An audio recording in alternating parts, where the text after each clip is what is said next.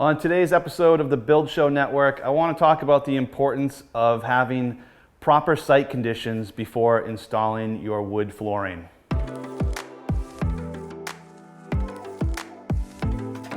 Hey guys, Wade Paquin with WKP Construction. Today we're on one of our project sites. This is a new custom build here in Newport, Rhode Island, and we're getting ready to install wood flooring. This beautiful 4-inch white oak. Now, it is critical for us and my company to make sure that our site conditions prior to wood flooring arriving, at time of arrival and at time of installation, that we are monitoring site conditions, moisture content, and relative humidity particularly, to make sure that we have optimal conditions to install this flooring material. It's important to note that most flooring comes from the mill at about a 6 to 8% moisture content. Sometimes that can increase between the travel from the mill to the site, or if your site conditions aren't in an optimal condition, then through the hygroscopic effect of wood absorbing moisture, it can absorb the moisture in the house, it can absorb the moisture from the subfloor. So before the flooring arrives, it's important that you have your relative humidity dialed in. I like to see our relative humidity ideally at 35%. But anywhere 30 to 40% is where we would find it acceptable to install the wood flooring. You want to make sure you're checking your subfloor. Now, we use Advantech subflooring, the best subflooring on the market. So we typically don't see a lot of problems with high moisture in that, but it can happen.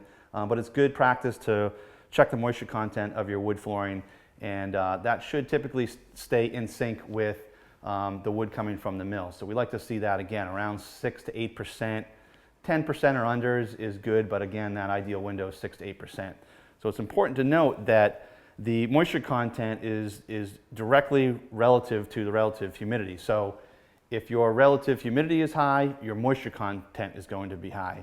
So it's good to have one of these little hygrometers on site where you can monitor the temperature and the relative humidity, get a good moisture meter, and check your subfloor, check your flooring material, and when your flooring installer comes to the site, make sure that your conditions are still optimal. Now, a good flooring installer is going to make sure that the material coming from the mill is in optimal conditions. They're going to come out themselves, they're going to personally unload the material, they're going to check the moisture content of the subfloor and the wood, the relative humidity. They're going to monitor all these things for you. They're going to document that data for a few days before they install the wood. But that whole saying that you've probably heard of, once your flooring arrives, you need to wait 2 weeks to install it, that is not something we recommend.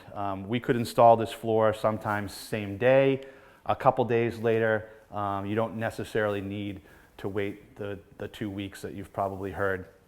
And one other thing I want to talk about, and that's this product here. This is called PU280. It's a roll-on moisture barrier. And we roll that on right over the subfloor, the Advantech subfloor. And we only do that on the first floor and over places where we have either crawl space or basement. The PU280 replaces the function of a rosin paper or a tar paper. So we found this product to be incredibly successful. We've had very good results with it for the nearly 3 years we've been using it now. And one other thing that I really like about it is that any flooring over 4 inches, particularly here in coastal Rhode Island, where we have a lot of moisture in the air, the wider the floor, the more susceptible it is to cupping, right? So if we're doing a 6-inch, 7-inch, or 8-inch wide floor plank, we like to do what's called a glue assist. And they make a glue that bonds to this moisture barrier. So when you're running those strips of glue every 8 or 12 inches or so, you have a good bond to the Wackle PU280, and that helps stabilize that flooring to prevent it from cupping. So if you're not familiar with it, go check it out. Go to their website. They've got a lot of information on this online. There's some YouTube videos out there about it as well. Invest in a good hygrometer. This is just a little Therm Pro unit. You can get them on Amazon for I think they're under $10. And make sure you're monitoring and treating the air in the house from almost weather tight, or at least after plaster. We did a video here on our Build Show Network channel talking about our mobile temporary heating and cooling unit. So check that out.